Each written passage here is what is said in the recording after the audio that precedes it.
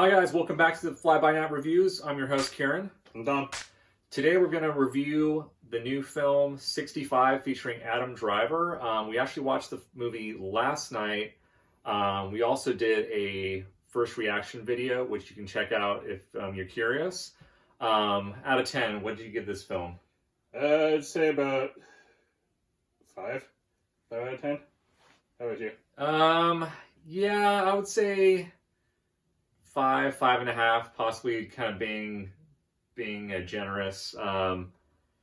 It's kind of, it was a little disappointing because obviously the trailer was really good. And I kind of like the concept of, it was almost like, obviously Jurassic Park, the whole franchise is sort of like, sort of tread the water a bit the last few films. It's just like, kind of got done with the whole franchise, and this one was like, okay, cool, something new and different, and it's sort of like, it definitely had potential. It just, the execution was kind of off. Yeah. that's sort of what I'm like kind of bummed about, because it's like, with all the, I mean, I wouldn't say it was hyped up because it's just like, I didn't know it was even being made. It was like, we're watching something else, and all of a sudden it's like, what movie is this? Adam Driver's in it? And it's like, this seems kind of interesting.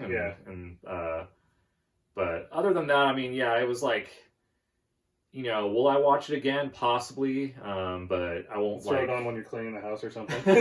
Yeah, it's not like one of those movies that's just like, you have to watch it all the time, and to kind of like, get that like, oh yeah, it's a sci-fi epic. It's definitely not a sci-fi epic. It wants to be, but it's totally not. But yeah, so basically what we're going to do is we're going to do this is going to be a spoiler review. To be honest, there's not much to spoil in this movie. If you've seen the trailer, you pretty much you know the premise. There's no like gotcha moment or anything like that. It's pretty straightforward. But that's something I got to give it credit for. It's straightforward. Yeah, and that's we can talk about the opening scene and how see, this was my biggest question when I was like, before even seeing the movie. It was like, okay, are they from Earth? Does it involve like a time machine or something like that? Or right. I mean, sure enough, they're not from Earth. It's a planet called Samaris. Adam Driver's character is named Mills, and he's like a hauler, or like a pilot of some sort. Yeah. I guess he's like, he has a wife and a daughter, and in the beginning of the movie, it shows like this, they're on a beach, and they're discussing his daughter has an illness, and he's taking this long expedition to help pay for her treatment. Yeah, and it's going to take a couple years for the thing to finish up, so he's like sort of like, worried, about all this stuff, and just missing time with her. So I kind of see, they're trying to establish a father-daughter relationship early on, and that kind of sort of goes hand in hand later with Koa, who is the character who, the only other survivor of the crash. Yeah. So basically, that was another thing. It was the pacing of this movie. It was like, goes from the beach talking with the family and the daughter, and then all of a sudden it's like he's on the spaceship, and then it's like gets hit with an asteroid. It's like, and then the thing that you don't find out later is he's on his way back. The 2 years is almost up.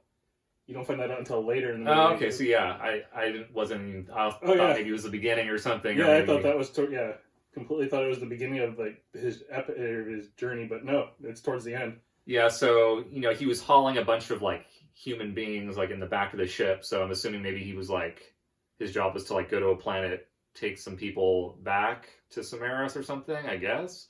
Anyway, he's sleeping, and then all of a sudden a meteor field or something. Starts destroying the ship, and it crash lands on this planet, which the trailer and all the movie posters kind of ruined the surprise. Like, it's Earth, and to me that would have been the big like gotcha, kind of like Planet of the Apes, where you don't know what planet it is until you see the Statue of Liberty there. Yeah, exactly. And they I think they sort of had an opportunity to do that, and they just didn't do it.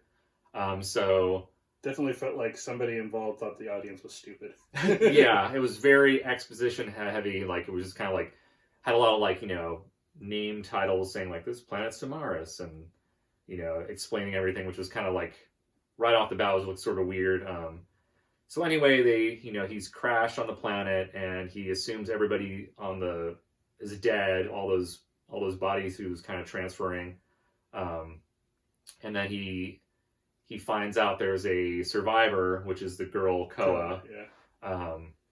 And another thing, it was like there was no like, they didn't let the movie breathe. It was just kind of like, I was thinking they're going to kind of introduce the dinosaurs sort of slowly, but it was like literally like you see the footprint, and then it was like you even see some in the background when he's first exploring. Yeah, and then it's like you just see dinosaurs like right away, and there's no like anticipation. Kind of like, with the opening of the original Jurassic Park, you just see the raptor's eye, and there's that kind of eeriness, and you don't see a dinosaur until like way later on in the movie, maybe like 30 minutes in. Yeah. But this was just like, they were just kind of like, all right, let's just get this movie, let's finish this movie as quick as we can. Yeah, it was pretty quick. It was like only 90 minutes.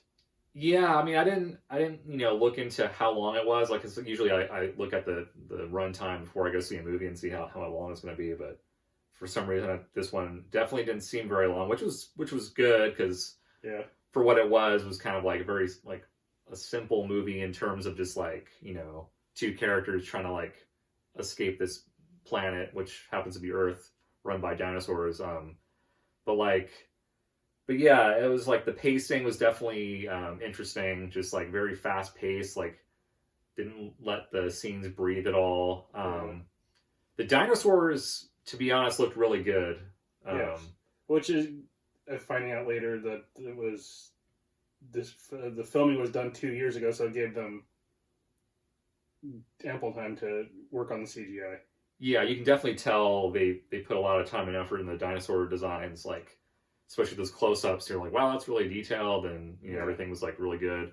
And yeah, it was just like, I don't know why they made Koa's character like not speak his language or English or whatever, because that was definitely a missed opportunity for like bonding. Yeah.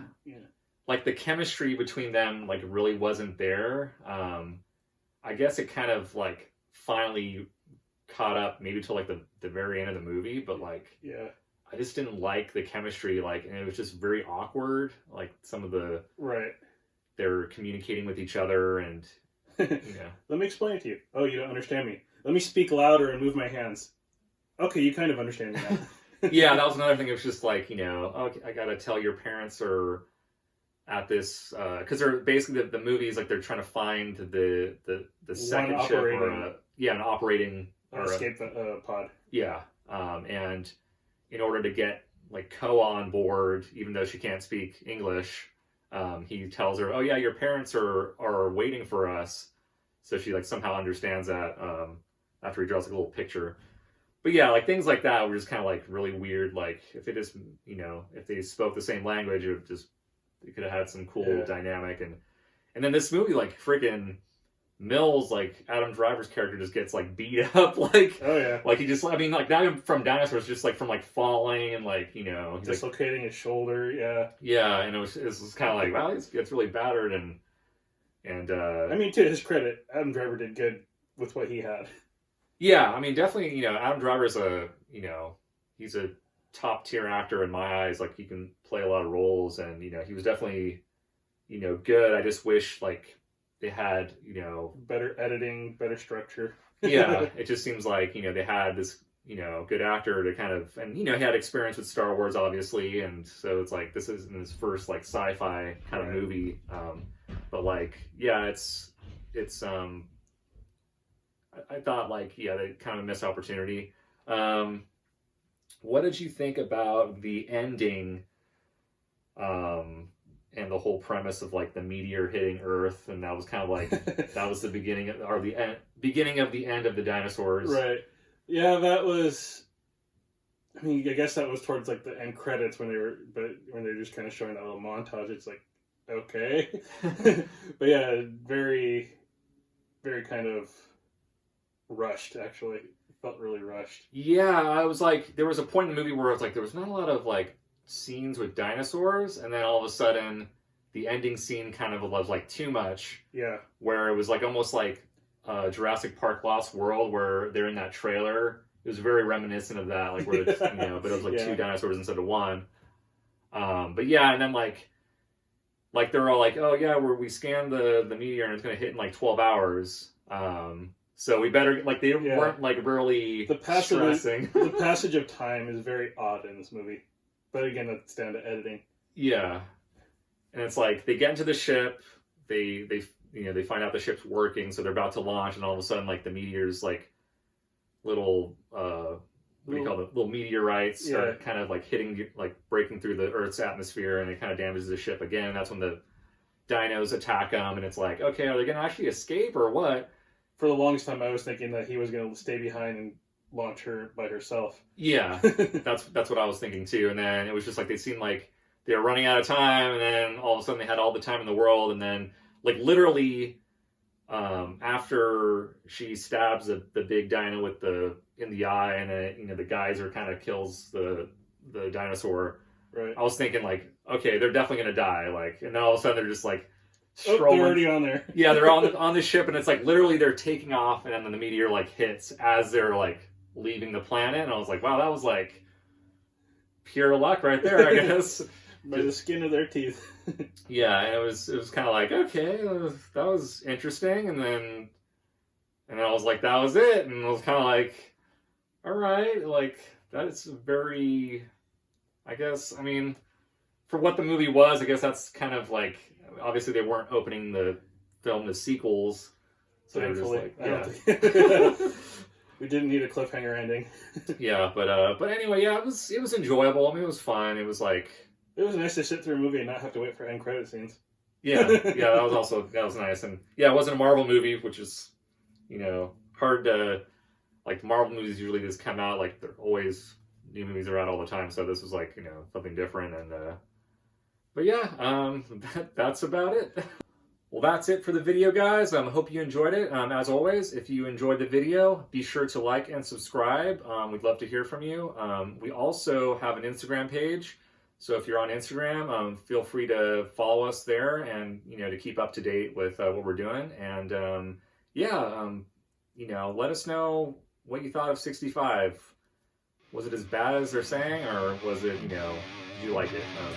Thanks again for watching, and we'll catch you later. Peace.